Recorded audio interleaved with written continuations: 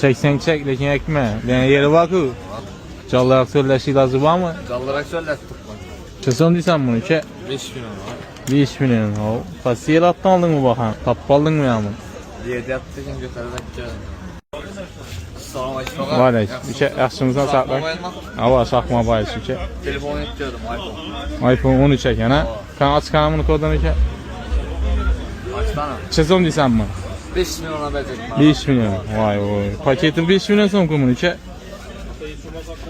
99 yıl kısayken 3 milyon son veren mi Ayşe? Azat çek saklı. Azap çekip 80 çek lekin ekmeğine yeri var ki. Dumam azap çekiverme lekin. Çeson vereceksin. 3 milyon son veren mi? Dokümenti yok ekan ki. Karotya ekip veremem. Öyünde mi? Doldu. Mesela 3,5 milyon atamiz. Şuranında yere vurtacak. Yok yere vursam sana gider bu işe. Emelleştim. Mazar bu çekelim. Öldü mü tema? Lolaya dedik ha. Çeson vereceksin. 3,5 milyon son vereme, az da sana 3 milyon son vereme. Dokumentine eklersen yana 500 milyon son vereme. Mesela yine karasana 14, 15. Onda 3 milyon son bir şey. Karotçalarına eklersen 500 milyon pulunu alasan. Öyni de. Voddik ne mi sen? Ne oldu ki?